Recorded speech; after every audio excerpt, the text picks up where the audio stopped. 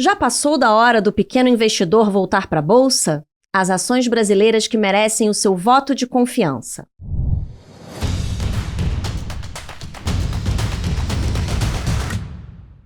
Olá, eu sou Júlia Vilchen, editora-chefe do Seu Dinheiro. Sejam todos muito bem-vindos, todas muito bem-vindas a mais uma edição do Touros e Ursos, o podcast do Seu Dinheiro. Hoje a gente vai falar de Bolsa de Valores, da Bolsa Brasileira e dessa alta do Ibovespa no ano de 2025, que já chega aí na casa de 30%. Para comentar esse assunto comigo aqui hoje, eu tenho uma nova convidada, uma estreante aqui na bancada do Touros e Ursos, a Karen Salomão, editora de empresas do Seu Dinheiro. Seja muito bem-vinda, Karen. Obrigada, Júlia. Obrigada pela presença, mas eu agradeço a oportunidade de estar aqui e a todos que nos assistem. Legal. A Karen vai comentar aqui um pouco comigo sobre as empresas brasileiras, né, sobre o momento da Bolsa Brasileira, e para responder aqui as nossas perguntas, nós temos uma convidada bastante especialista nesse assunto. Eu estou aqui na minha frente com a Isabel Lemos, gestora de renda variável da Fator Administração de Recursos, que é uma casa com 6 bilhões de reais sob gestão. A Isabel tem 23 anos de experiência no mercado de gestão de recursos e já atuou na área de renda variável do Santander Brasil Gestão de Recursos e também no Itaú Unibanco. Seja muito bem-vinda, Isabel. Tudo bem? Tudo bom, obrigada pelo convite. Estou ansiosa aqui para falar com vocês. Legal. E hoje a gente tem aqui também uma bancada só de mulheres, né? Algo que não é tão frequente aqui no Touros e Ursos. Vamos começar aqui o nosso papo. Bom, como eu falei, a gente está vendo aí a Bolsa Brasileira num ótimo momento, em 2025, com uma alta aí da ordem de 30% do Ibovespa no acumulado do ano. Só que essa alta foi puxada muito mais pelo investidor estrangeiro do que pelo investidor local. E as pessoas físicas, né, você aí talvez, que esteja nos assistindo, nos ouvindo, ainda estão um pouco de fora dessa festa, tão leves em bolsa ou totalmente de fora da bolsa, até porque a gente tem aí uma taxa Selic, a taxa básica de juros, em 15% ao ano. Então, a renda fixa continua aí bastante atrativa. A gente viu também uma debandada de cotistas e de recursos de fundos que investem em ações, dos fundos multimercados que também investem em renda variável, que ainda não recuperaram aí esses recursos e esses cotistas, mesmo com essa alta das ações, com esse bom momento da Bolsa. Então, eu quero puxar um pouco, né, por esse assunto aqui com a nossa convidada, para saber assim, né, é hora de voltar para a Bolsa e por onde voltar para a Bolsa, sob a ótica aí do investidor individual, investidor pessoa física. Então, minha primeira pergunta, Isabel, eu queria saber, na sua opinião, depois de chegar a passar dos 158 mil pontos, o Ibovespa perdeu um certo fôlego nos últimos dias. A gente viu aí uma certa perda aí do índice, na pontuação do índice, muito puxado também pelas bolsas americanas. Isso é um sinal de que essa forte alta desse ano já chegou no seu limite? Ou, na sua opinião, a Bolsa Brasileira ainda pode mais? Bom, para ser bem direta, eu acho que a Bolsa pode mais. Não estou falando de um mês, né, 2 meses, mas eu acho que a Bolsa tem uma perspectiva aí positiva, tanto espero que para o final desse ano e ainda para o ano que vem. Mas eu acho interessante quando a gente fala assim, né, a Bolsa puxou muito, andou muito, né, será que é o momento de entrar ou não? Eu tenho sempre uma visão, há muito tempo eu tenho essa visão, de que assim, não tem um momento certo ou errado. Eu acho que quem está em Bolsa tem que estar em Bolsa por um longo prazo. Então, tentar adivinhar o melhor momento, eu acho que você pode perder grandes oportunidades, né? Ou acabar entrando em momentos muito ruins. Isso acho que até já foi comprovado em alguns estudos, né? Você tentar fazer o market timing. Tem gente que é muito bom de market timing, né? Mas o market timing é muito difícil. Então, o que eu digo é o seguinte, cada investidor tem o seu perfil, agressivo, moderado, conservador, o que seja. E aí ele tem que estar com a sua parcela, seja em mercados de renda variável, enfim, adequada. Então, acho que assim, se ele tiver com uma parcela adequada, ele vai estar num bom momento. E a gente, depois posso falar se vocês quiserem, eu acho que tem alguns produtos que oferecem essa oportunidade de você não ter timing. né, que você vê que ele passa por ciclos, por momentos importantes. Então, a resposta para a sua pergunta é sim, eu acho que deve ter bolsa, né, dentro do seu perfil, e vamos lembrar, você mesmo falou, né, a bolsa andou 30% nesse ano, né, acho que hoje está com 30% de alta, né, já teve até um pouco mais, nos últimos 3 meses ela subiu, incluindo esse mês, né, que ainda não fechou, né, puxada talvez por investidores estrangeiros, mas ela performou, a gente tem uma Selic a 15%, né, e ela andou 30%, então quietinha ela foi andando com alguns destaques, eu acho que, então volto a falar que bolsa é interessante sim. A gente tem uma perspectiva aí de cortes na Selic, ou para o fim do ano, ou mais provavelmente para o início do ano que vem. Isso está muito relacionado não só com a convergência para a meta de inflação do nosso IPCA, mas também com o que está acontecendo lá fora, nos Estados Unidos, né? A gente está vendo um afrouxamento monetário pelo Fed. Só que esses dias a gente teve aí um certo soluço nessa frente, porque teve um payroll, que é o relatório de empregos dos Estados Unidos, mais forte do que o mercado esperava, e a gente foi sendo evidenciada a divisão entre os diretores do Fed sobre cortes de juros aí na próxima reunião de dezembro.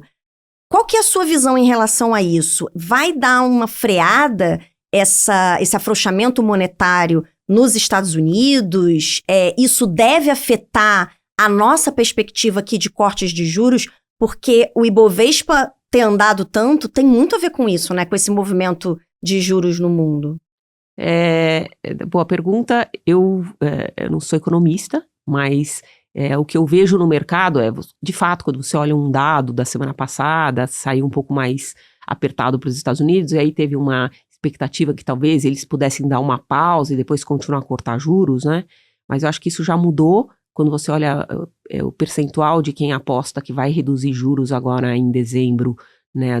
O Fed vai reduzir juros, ainda continua elevado, né? Voltou a estar elevado. Então isso é positivo. Eu acho que tem uma correlação, claro que tem uma correlação quando a gente fala de corte de juros aqui, eu acho que não é só não é essa só a questão, mas tem uma correlação entre, né, redução de juros lá fora, a gente está sempre, e aqui dentro, né, porque você está olhando o carry trade, né, então as pessoas estão, né, colocando dinheiro lá fora, colocando aqui dentro, entrando ou não. Mas eu acho que mais do que isso, eu acho que o Brasil, de novo, o Brasil segue um pouco as bolsas. É difícil você estar na contrapartida, às vezes acontece, né? Você está na contrapartida, até o mercado americano às vezes sobe e a gente cai, mas de modo geral os mercados andam em linha aí, né? Eu acho que essa expectativa de queda de juros no Brasil, e eu acho que está meio que começando a precificar, né, bastante para janeiro, né? É importante para essa alta, né, para a continuação de uma alta dos juros. Você já mencionou, a gente já comentou aqui, os juros estão muito altos, né?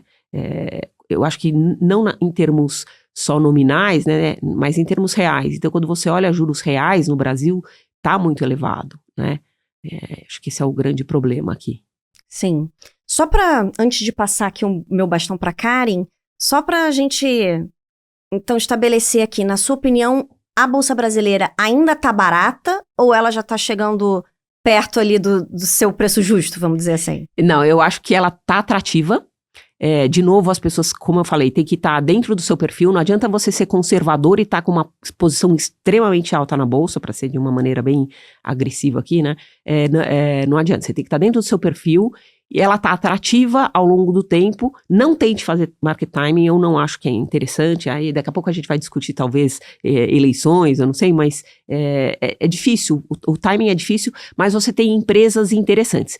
O ponto como a gente pode olhar nas altas desse ano, né? Você tem alguns setores ou algumas empresas que performaram muito bem, outras que performaram muito mal. Então, acho que o importante, além de você estar dentro do seu perfil, é você ou entender bem das ações que você está comprando, né? Diversificar, ou você procurar um gestor que faça isso, porque a seleção das ações é muito importante. A gente está com um fundo que está performando muito acima da bolsa. Então, basicamente essa boa performance desse fundo, é relevante a diferença entre o que está andando a bolsa, que está 30%, e esse fundo que a gente está apresentando. E grande parte por causa da seleção de ação. Então, acho que a gente vai continuar tendo isso ao longo do tempo. Quanto que tá o desempenho desse fundo? Eu acho que a gente está com ele em torno de... Ele está 11% acima da bolsa. Então, a gente está falando de 30, 41, 42. Depende da data. Legal. Tá? Mas, de novo, é esse ponto importante que eu acho que é, primeiro, uma questão de diversificação e depois uma questão de escolha de setores. Às vezes não é só o setor. Às vezes, se você tem empresas específicas de um ou outro setor que performam bem, enquanto outras não. Então, você tem que ter uma boa análise aí, né, uma expectativa da bolsa e dessas empresas. E a minha pergunta é justamente essa, nesse tema de tentar acertar o tempo da bolsa de entrar. Ano que vem é um ano de instabilidade, de eleição no Brasil. E para quem está fora da bolsa, com uma alocação pequena na carteira e faz sentido ter uma alocação maior, vale a pena entrar agora? E, mais importante, como fazer isso?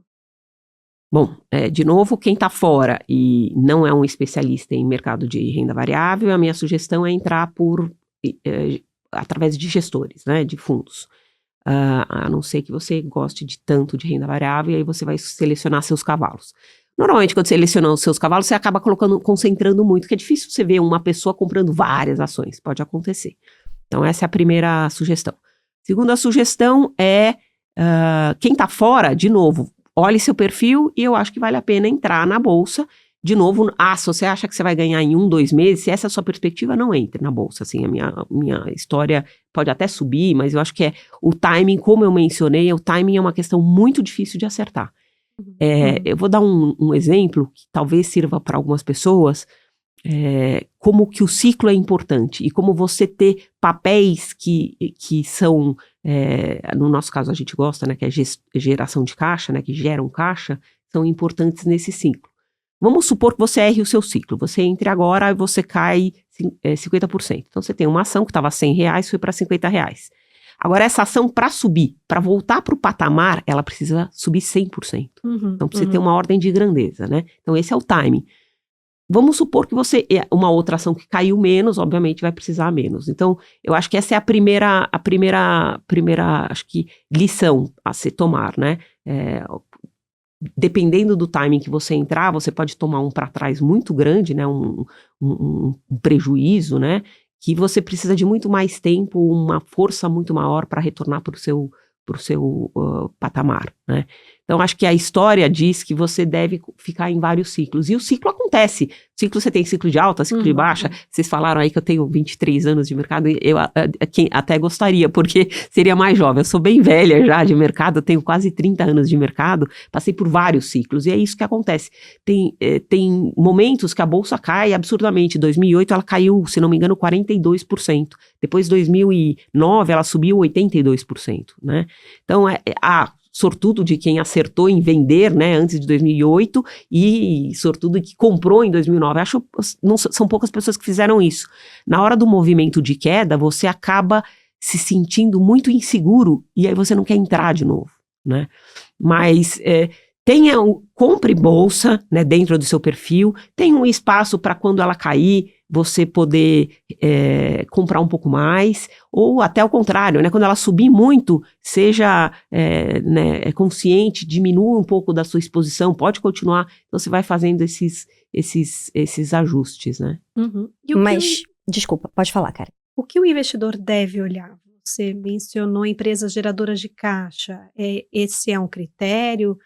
São empresas que estão baratas em relação ao preço da ação sobre lucro? Quais são os principais critérios para o investidor olhar para saber se aquele papel faz sentido para ele?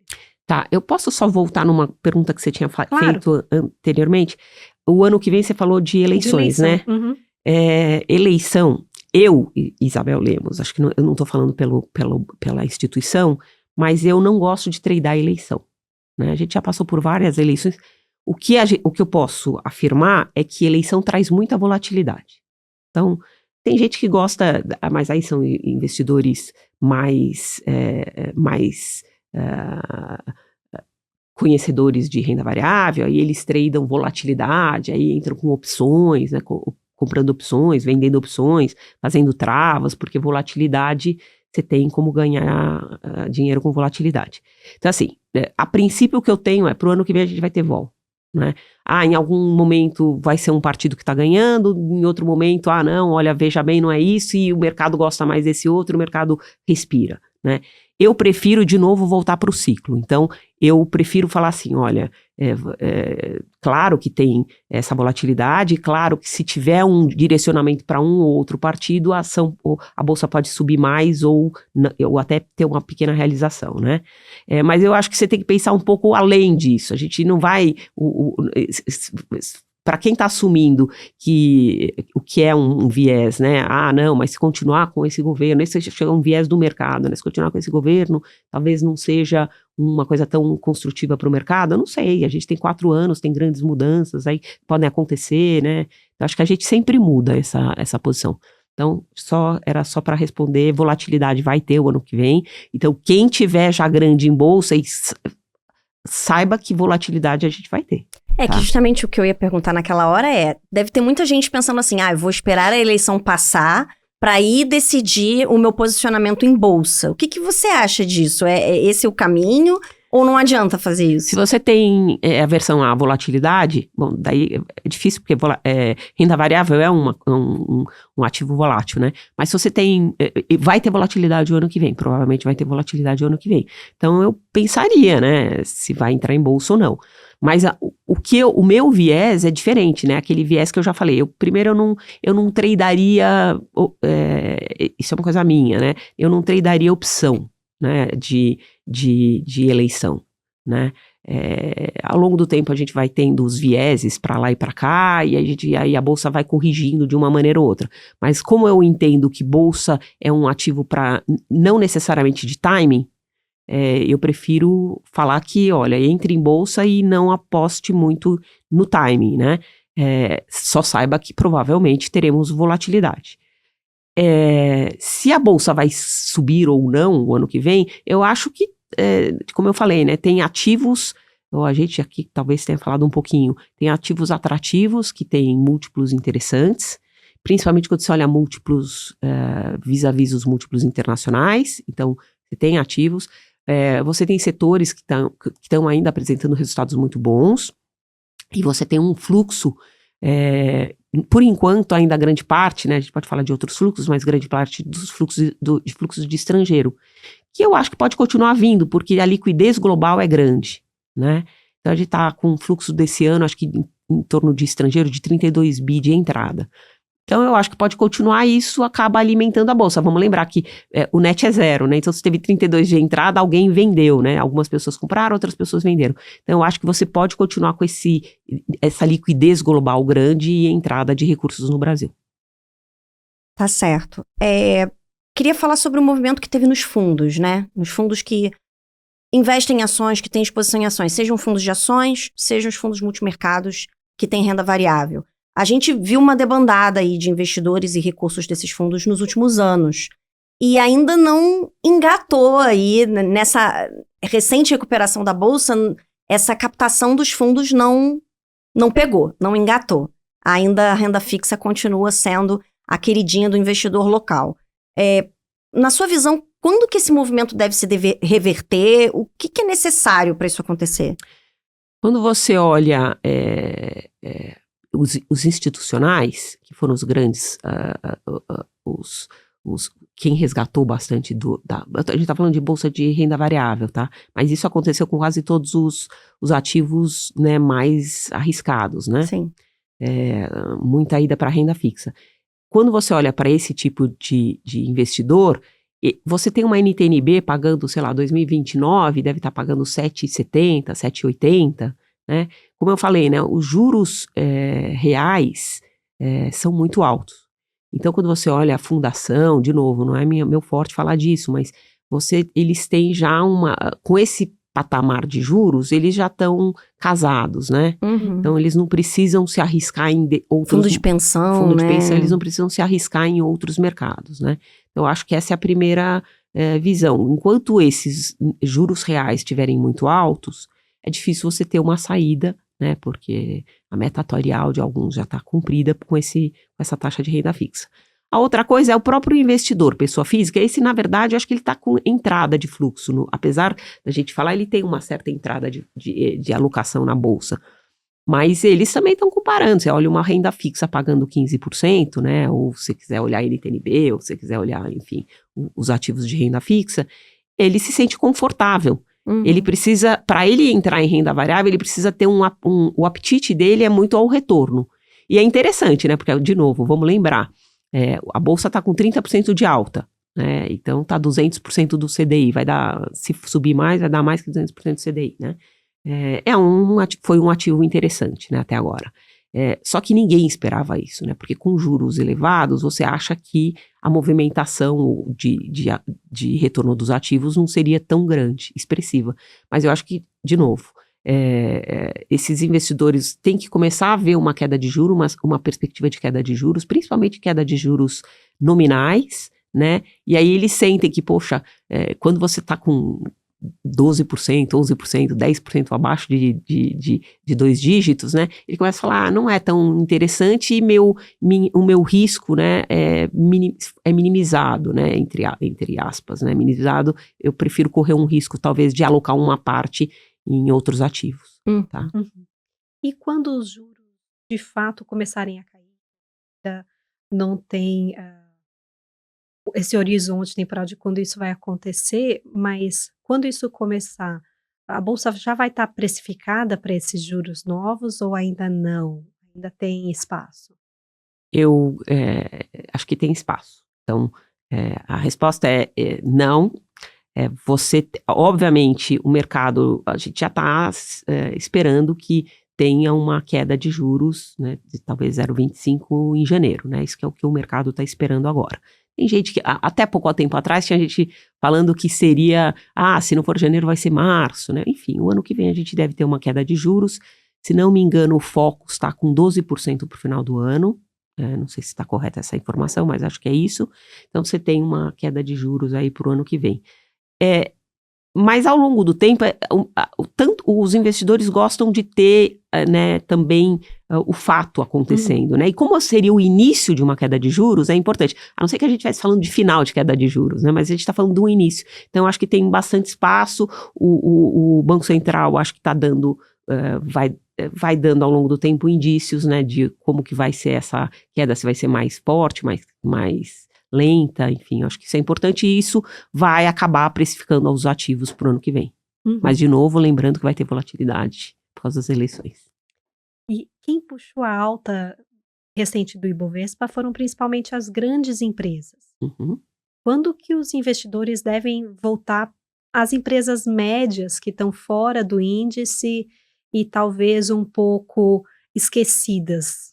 Esse investidor de empresas mais ilíquidas, às vezes, né? Porque, como você falou, né? O que puxou foram investidor estrangeiro normalmente não entra em empresa ilíquida, né? Salvo um outro caso, ele acaba procurando o cenário mais líquido. Mas esse investidor, ele vai ter que ter paciência. Ele pode ter uma rentabilidade muito alta, mas, de novo, ele está procurando timing. Se ele procurar timing, sugiro tomar muito cuidado. Se ele não procurar timing, tem uma análise muito boa, talvez ele possa entrar numa empresa e ela pode sofrer, mas aí ao longo do tempo ela vai melhorar, né? Mas teria que fazer uma análise bastante criteriosa. Porque a gente tem, na nossa visão, a gente tem empresas de liquidez, que às vezes empresas de liquidez que estão no próprio índice ou que estão fora do índice, mas que tem uma certa liquidez, que são interessantes.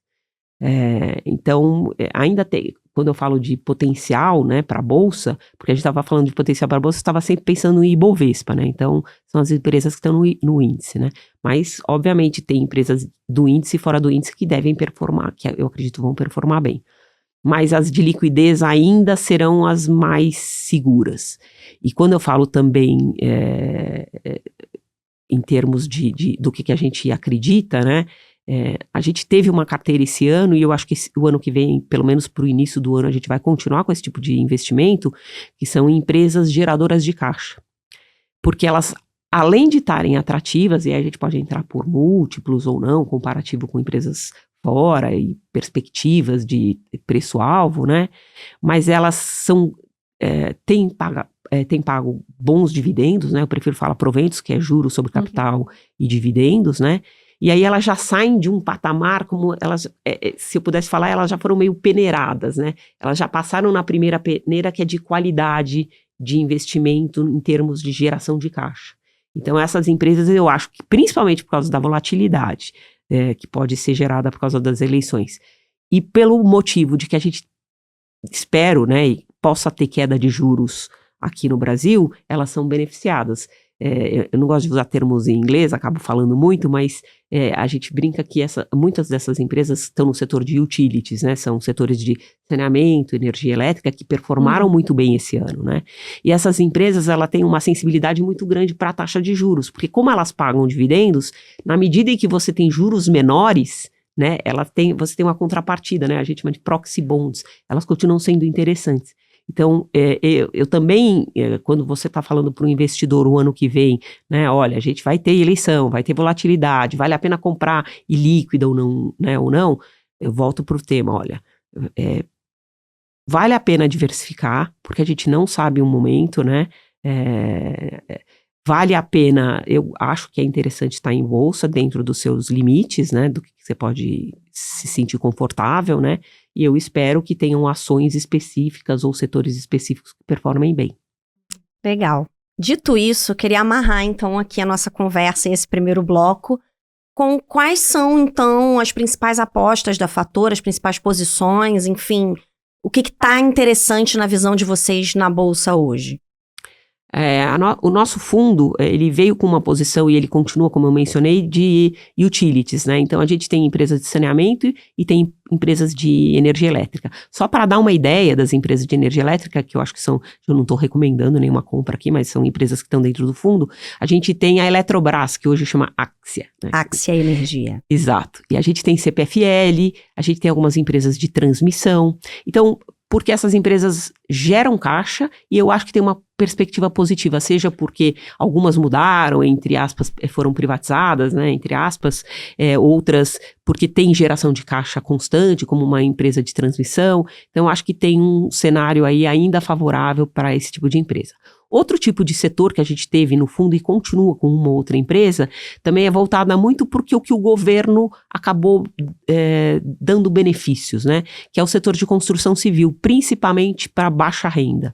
Então, quando você olha, né, o programa Minha Casa Minha Vida, isso beneficiou, né, e vem beneficiando algumas empresas. E, aliás, as empresas do setor de construção civil, de modo geral, apresentaram bons resultados esse ano. Tem apresentados, né? Até os resultados que a gente recebeu aí, a gente viu bons resultados. Então, essas empresas a gente tem. Então, vou dar um exemplo aqui. A gente tem ainda até Direcional, a gente tem Plano e Plano, a gente comprou Cyrela. Então, essas empresas estão com resultados bons, então a gente gosta. Né?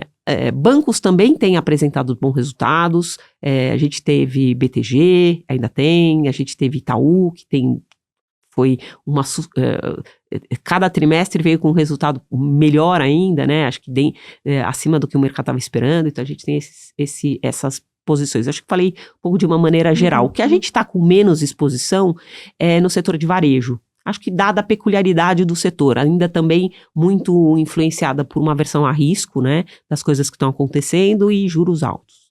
Sim. Mas tem alguma interessante no setor de varejo? Alguma que vocês têm ou realmente é mais arriscado agora? A gente tem, no setor de varejo, a gente tem uma que ela é uma BDR, na verdade a gente tem Mercado Livre. Sim. Uhum. E aí você tem um mix de algumas coisas, que ela tá performando bem, né, ela vem performando bem, mas também tem um mix dela poder entrar mais na parte de crédito, acho que então tem uma historinha um pouco diferente. Sim. Mas a gente ainda prefere ficar dentro das empresas de varejo, por exemplo, a gente ficou em algumas específicas, a gente ficou com track and field, com alguns critérios específicos, né, mais voltado um pouco ali para média e alta renda. Legal. Bom, acho que a gente pode, então, colocar aqui um ponto final na primeira parte do programa, né, no primeiro bloco, encerrar aqui o primeiro bloco do Touros e Ursos, para passar para a segunda parte, que é justamente o bloco do Touros e Ursos. E eu queria antes pedir para quem está nos assistindo, nos ouvindo, curtir esse episódio, se tiver aí no YouTube, se inscrever no canal do Seu Dinheiro no YouTube para acompanhar mais os nossos conteúdos, novos episódios do Touros e Ursos. E também lembrar que o podcast está presente nas principais plataformas de áudio, como Spotify e Apple Podcasts. Então você pode também nos seguir e acompanhar por essas plataformas. Basta buscar lá por Seu Dinheiro. Bom, passar aqui para a segunda parte então, né? Lembrando que os touros são os destaques positivos da semana ou do momento, né? Na visão aqui de cada um de nós. E os ursos são os destaques negativos, aqueles que não estão indo assim tão bem, não estão no seu melhor momento. A gente costuma começar pelos ursos, né, para terminar o programa numa nota positiva, falando de coisa boa. E a gente costuma começar aqui pelo nosso convidado, né? Então eu queria começar, Isabel, pelo seu urso. Quem que você escolheu aí como destaque negativo da semana? Da semana eu não sei, mas do ano, né, e ainda continua ruim, é o setor industrial. Isso em termos de performance, né? E aí está muito ligado com o que a gente está falando de juros, né? Os juros muito altos acabam afetando bastante essas empresas. Tá certo. Karen, qual que é o seu urso da semana? Na verdade, são vários ursos, são os investidores, fundos e empresas afetados pela crise do Banco Master. São mais de 1,6 milhão de pessoas físicas que tinham algum CDB do Banco Master. Os servidores públicos também diretamente vão ser afetados, 18 fundos de pensão que tinham letras financeiras do banco, que não tem qualquer garantia. E a gente já viu 3 empresas afirmando que tinham parte do seu caixa aplicados em papéis do banco, Oncoclínicas, a EMAI, a empresa de águas e energia de São Paulo, e a SEDAI de saneamento do Rio. No caso da EMAI eram CDBs do Let's Bank, que também foi liquidado no grupo. E a gente não sabe o tamanho total do buraco ainda, então podem ter outros ursos nesse tema a caminho ainda. Pois é, esse caso do Banco Master já foi urso aqui na semana passada, né? No caso, o próprio Banco Master e o seu presidente Daniel Vorcaro, que foi preso numa operação da Polícia Federal. E a gente viu os desdobramentos ao longo da semana passada, com toda essa exposição de investidores, pessoas físicas, fundos de pensão, caixas de empresas, a títulos emitidos pelo banco, né? E agora o FGC vai ter que desembolsar aí mais de 40 bilhões, né, para reembolsar quem tinha a garantia do FGC. Realmente foi algo bem grande aí que impactou o mercado financeiro na última semana. Bom, eu vou encerrar a parte dos ursos escolhendo o meu urso da semana. Também é um urso que um pouco gritante aí. Eu escolhi o ex-presidente Jair Bolsonaro, que foi preso preventivamente pela Polícia Federal durante o último feriadão por risco de fuga e ameaça à ordem pública. E na última segunda-feira, a primeira turma do STF decidiu manter a prisão preventiva do ex-presidente.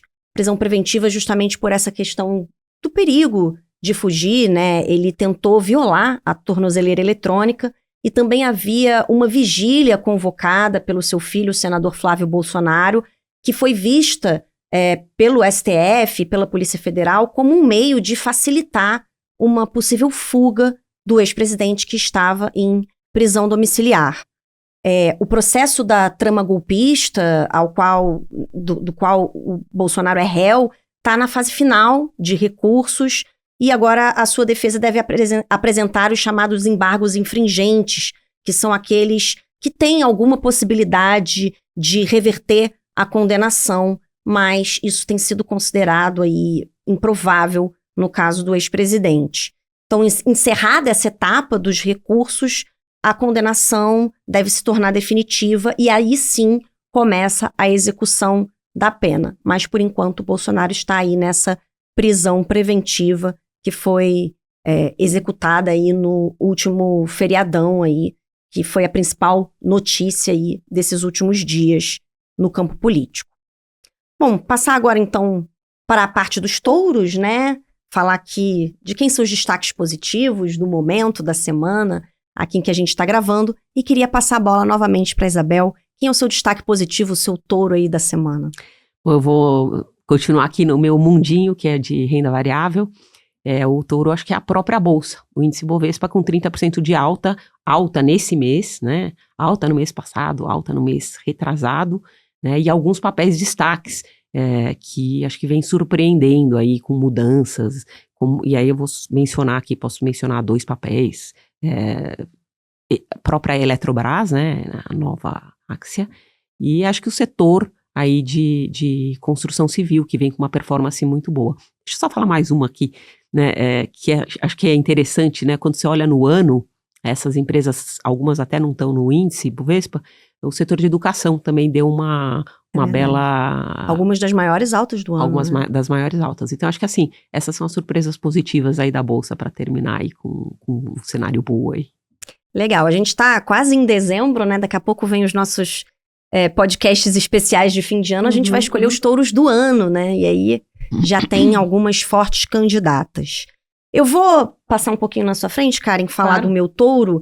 Tem a ver também com o desempenho da Bolsa e da economia brasileira em geral. Eu escolhi o fim do tarifaço aos produtos brasileiros pelos Estados Unidos, né? Na última quinta-feira, o presidente norte-americano Donald Trump assinou um decreto que liberou da sobretaxa de 40% mais de 200 produtos brasileiros que são importados pelos Estados Unidos.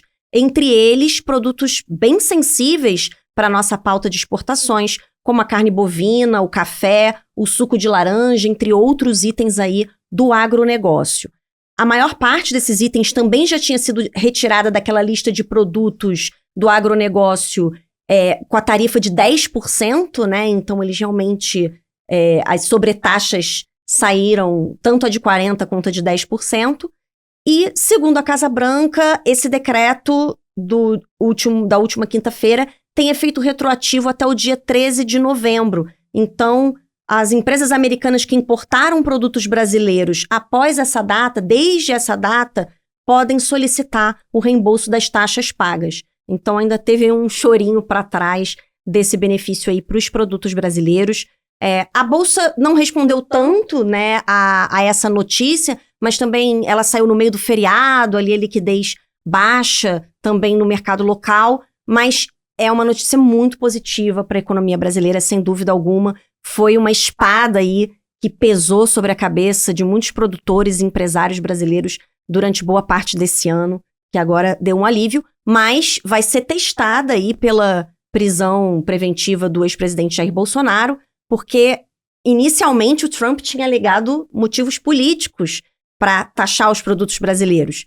Ele ainda não se manifestou de uma forma mais contundente a esse respeito, mas os 2 fatos aconteceram muito próximos. Então a gente vai ver aí se realmente o fim da sobretaxa vai pegar, realmente vai ser isso mesmo, ou se pode ser que o Trump volte atrás novamente, até porque ele tem aí uma imprevisibilidade nas suas decisões bastante elevada. Queria passar então para o seu touro, Karen. Qual que é o seu touro da semana? O meu touro também puxa aí para o mercado norte-americano, a NVIDIA, a maior empresa do mundo em valor de mercado, que publicou na semana passada um resultado muito além das expectativas dos analistas, que já eram altas. Então, o lucro cresceu, a receita foi de 57 bilhões de dólares, a margem subiu, e ela publicou esses resultados em um momento em que muitos pensam se tem uma bolha nas ações ligadas à tese de inteligência artificial ou não. Se essas ações estão muito valorizadas, se tem mais espaço, se existe uma bolha. Mas se tem um valuation esticado ou não, eu acho que a discussão é outra. A própria NVIDIA já perdeu os 5 trilhões de dólares em valor de mercado que ela tinha alcançado. Mas a verdade é que a empresa já está entregando resultados crescentes e consistentes no presente, com bolha ou sem bolha. Então, meu touro vai para NVIDIA. Realmente, o desempenho da NVIDIA foi um dos destaques positivos da Bolsa na semana passada e foi bem repercutido no mercado, né? Só depois o payroll jogou um pouco a água no chope do pessoal, mas num primeiro momento, as bolsas americanas responderam muito bem ao resultado da NVIDIA. Bom, para terminar aqui, muitas vezes a gente escolhe um touro especial aqui no programa, alguém fora do mercado que se destacou, né? Seja se destacou recentemente, seja pela sua vida e obra. E eu queria terminar com um touro especial, esse programa, dar o touro especial para o cantor de reggae Jimmy Cliff, que faleceu na última segunda-feira, aos 81 anos, em consequência de problemas de saúde que culminaram numa pneumonia. A notícia foi divulgada pela esposa do cantor. E eu queria aqui deixar uma homenagem para ele, porque ele foi considerado um dos grandes pioneiros do reggae e um dos grandes responsáveis por internacionalizar esse gênero musical jamaicano para o mundo. E também é importante destacar que ele tinha uma relação muito próxima com o Brasil, né? Então, eu acho que para nós brasileiros é um artista aí também de destaque. Ele chegou a morar no país nos anos 60, ele excursionou com Gilberto Gil, ele gravou com Cidade Negra, e ele teve também uma filha com a brasileira Sônia Gomes, que é atriz e cantora Nabia B, nascida na Bahia. E ela também chegou aí, tá famosa, né, agora. Ela participou do filme Pantera Negra, ela interpretou a cantora Simone Jackson na série da Amazon Daisy Jones and the Six. Então, seguindo aí os passos na música e os passos da fama do pai famoso. O Jimmy Cliff venceu 2 Grammys e foi um dos dois únicos jamaicanos a serem incluídos no Rock and Roll Hall of Fame, ao lado do memorável Bob Marley. Então fica aqui a nossa homenagem, também o nosso carinho brasileiro aí para esse cantor jamaicano que tinha tanta ligação aqui com o Brasil, para encerrar aqui o programa. E eu queria aqui agradecer muito as presenças das minhas companheiras de bancada. Muito obrigada, Karen, pela sua participação, pela sua estreia aqui no Touros e Ursos. Espero que você retorne mais vezes. Obrigada pela conversa gostosa que a gente teve, com tantos insights importantes aí para os investidores e para quem nos acompanha aqui no Seu Dinheiro. E muito obrigada, Isabel Lemos, gestora de renda variável da Fator Administração de Recursos, e que também retorne outras vezes. Obrigada pelo convite, foi muito agradável. Eu acho que esse mercado é uma maravilha, eu adoro o mercado de renda variável, né? Acho que tem sempre notícias aí, vocês estão dando coisas, todas as notícias que vocês estão falando acabam corroborando para um cenário aí da gente poder fazer mais análises, né? Então, falaram da NVIDIA, daí já, na minha cabeça já começou a pensar quanto vale a NVIDIA, vale 4,4 trilhões, poxa, 4,4 trilhões são 4 vezes quase, mais de 4 vezes a nossa bolsa, né? Então, acho que tem muitos temas aí para vocês conversarem aí sobre o Fed, sobre Trump, acho que tem muito interessante, e obrigada novamente pelo convite. E então, que a gente possa conversar aqui na bancada outras vezes sobre esses outros assuntos. Muito obrigada a todos os que nos acompanharam. Eu sou Júlia Vilchen, editora-chefe do Seu Dinheiro, e até a próxima.